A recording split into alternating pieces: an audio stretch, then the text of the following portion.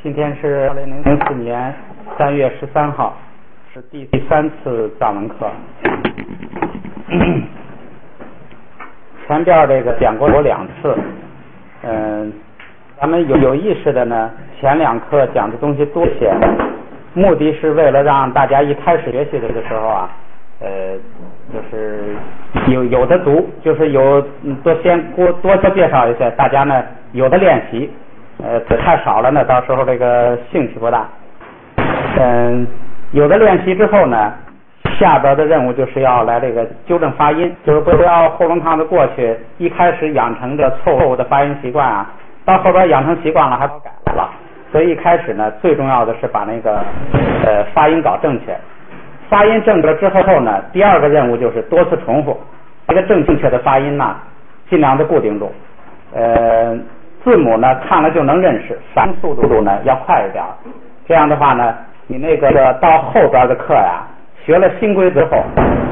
你那个原来的规则比较熟悉啊，你学了新规则之后啊，心里很清楚，就是接受的很明白，不容易混。如果你要是前边这个重复次数少，反应不过来呢，学新规则的时候，你旧的还在想这个旧的规则，这个碰到这个是念什么，然后再加上那个念什么，这样你就跟不上了。到时候这个就是效果啊，就越来越难，这是一个恶性循环。如果你要是前头重复次数多，这个搞得就比较熟悉呢，来一点新的呀，很快就消化，而且很清楚，很简单。因为他每次讲的东西都不多，以后咱们基本上就是一次讲一课。每次讲的东西不多，这样呢，你进来原来基础好，进来就很快消化，就是良性循环。所以呢，一开始啊一定要多练。咱们这节课呢，主要就这个从前面呢复习一下，主要目的呢就是要纠正大家这个要正确的发音，再一个就是一些规则呀什么，大家要理解好。现在前边有这么几节课基础来了，大家了解一些了。现在我再讲有一些啊，咱们就能够理解的那个比较明白一些。现在就开始，咱们先翻到第1页，再把这个字母发音再练一遍。开始啊，嘎哈卡拿加掐娘大哈卡拿巴哈马大哈瓦霞达呀啦虾发这个由于咱们这个教材啊是这个专门给会汉语的人编的，用的是汉语拼音的拼音，所以咱们这个有一个优势啊，就是这个发音你绝对能够那个，只要你认真，绝对能发出来。虽然汉语里头这个组合起来都没这个发音，但是这个它都是汉语拼音字母，所以你一定能够拼出来。所以一开始啊，你要费点劲儿，一定要认真。这个究竟发音是怎么回事？你比如拼又像这个又像那个，你就用汉语拼音去拼，一定能够把它拼出来。无非就是点事儿。整个这个字母里头呢，就是那个啊，这个好像是这个平常咱们汉语里头发音比较少，就好像难发。其实这些因素汉语里头都有。这个发音方法就是你这个你看汉拼音里头有这个，你看昂啊、翁啊、什么啊，它都有那个尾叫跟啊拼起来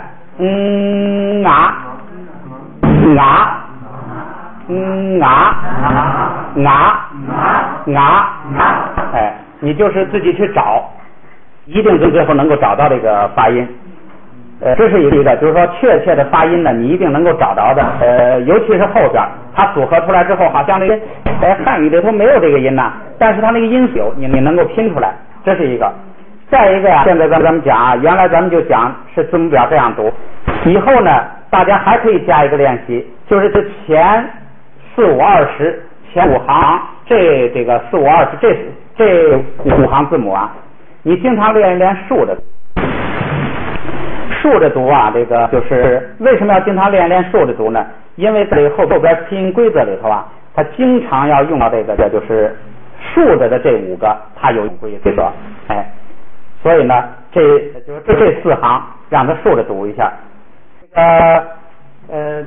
你们可以找些窍门，上回那个谁张振伟很快就把竖着背下来了。他是什么呢？比如说第一个竖行叫嘎加哒巴扎，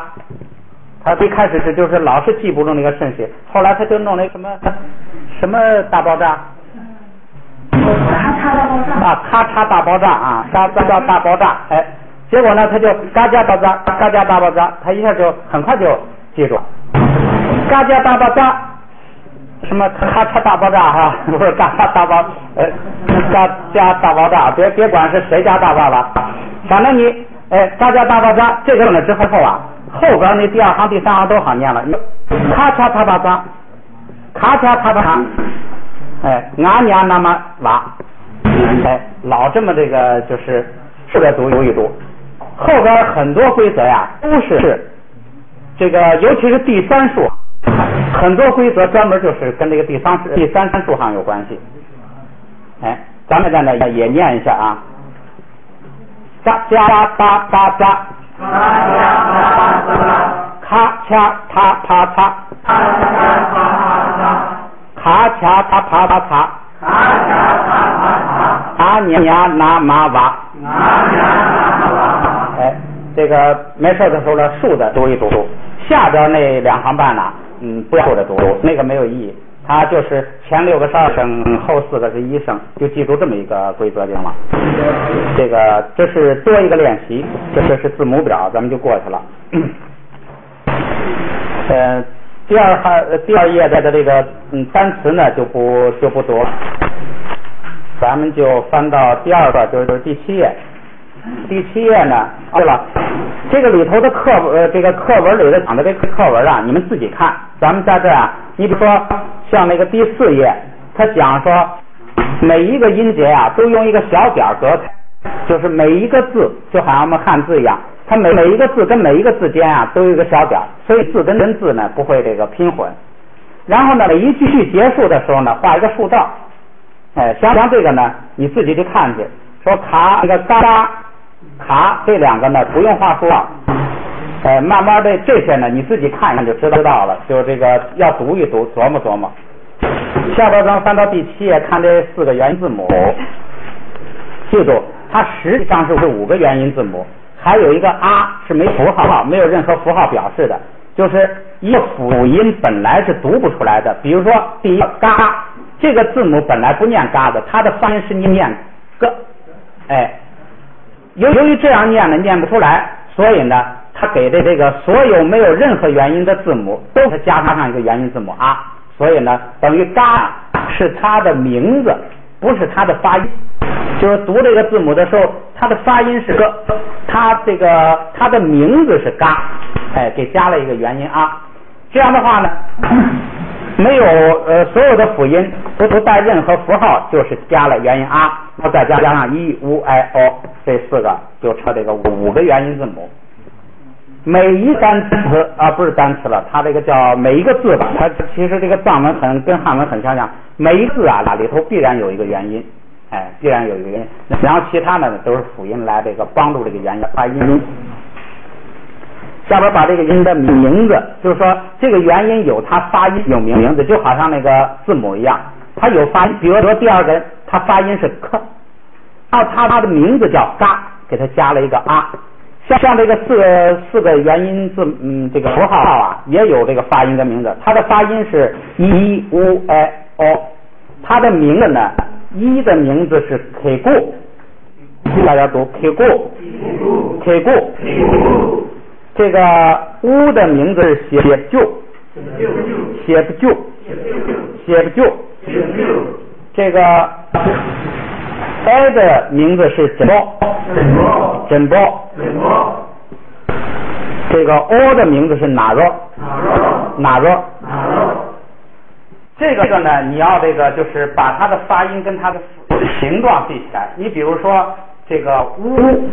你看这个写不就这个符号的这个样子呀，就很像那个乌，所以你就一记，就一看到这个，那就是这个，就是乌，把它联系起来。这是这个发音。你像这个呢，发音是你就跟这个联系起来。然后跟他的名字要联系起来。你比如说这个哎的这个名字叫什么？叫枕波。你看它就像跟真人似的，枕波，像这个窝是哪肉？你这个呀自己去联想去，就好像一个飞鸟一样，哪肉？这个自己第一个 K 固啊什么自己去联想，找一些小窍门来把它记住。记就是为了什么呢？到时候反应快，一看这个就读出它的名字来。这是元音字母。过来呢，咱们就一块儿练习发音。第8页，咱们把这个发音练习一下啊。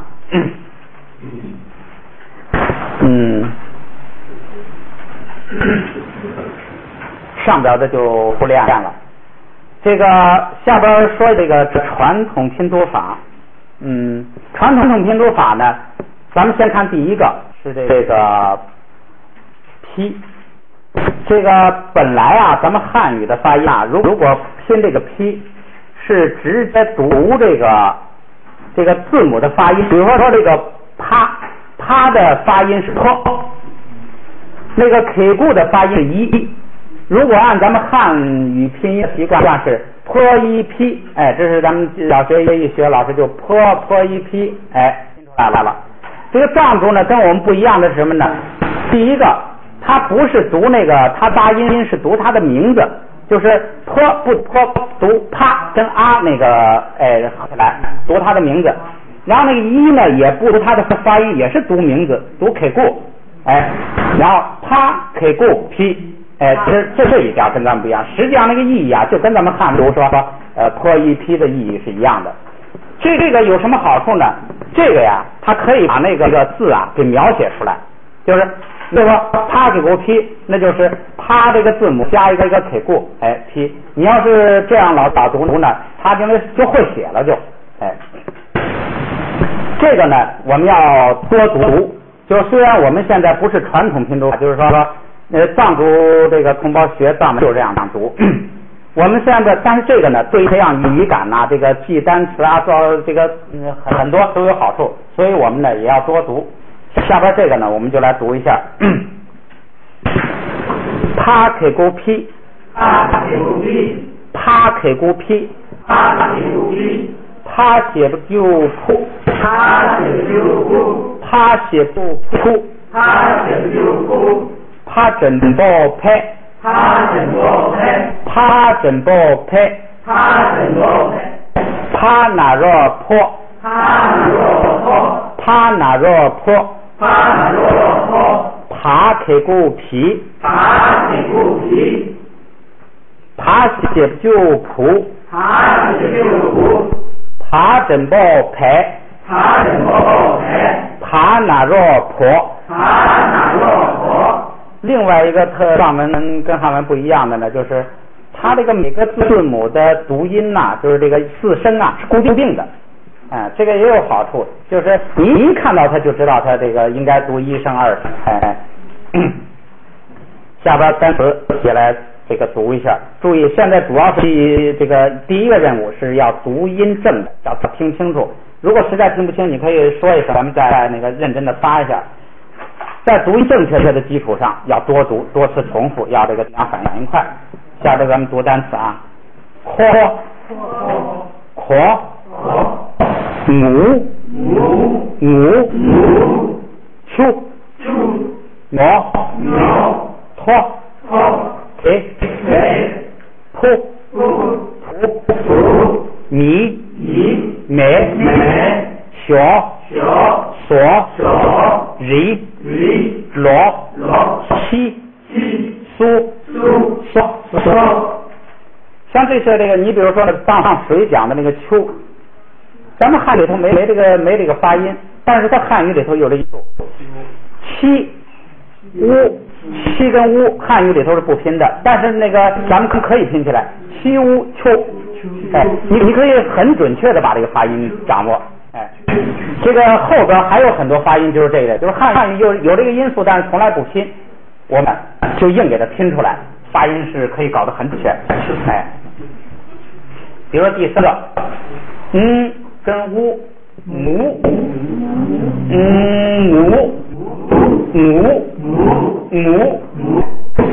跟乌拼起来，你暂时没发过，但是你那个咱们看人都能发。哎，先了之后跟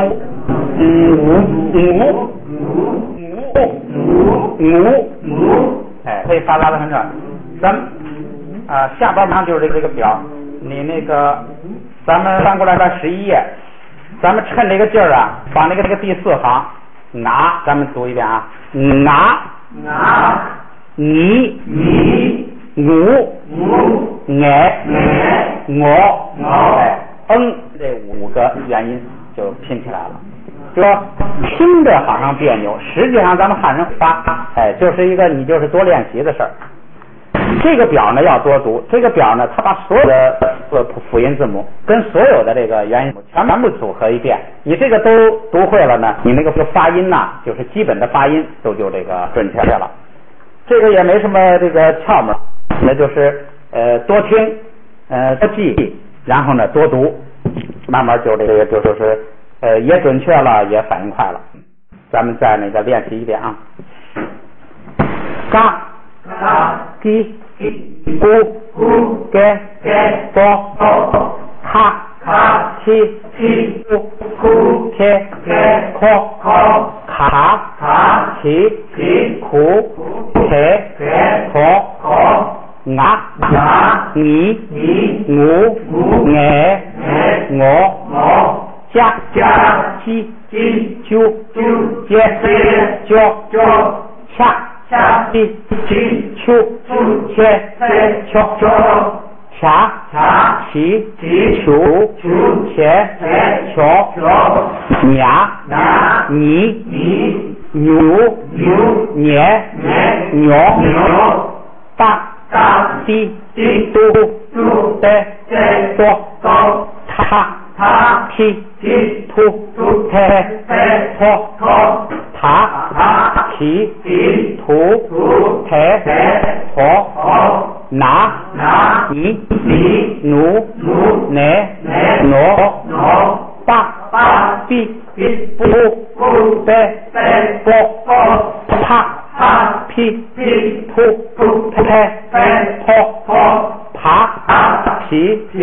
图贴托马米母梅磨炸鸡猪在做哈七出切搓茶起图切搓娃里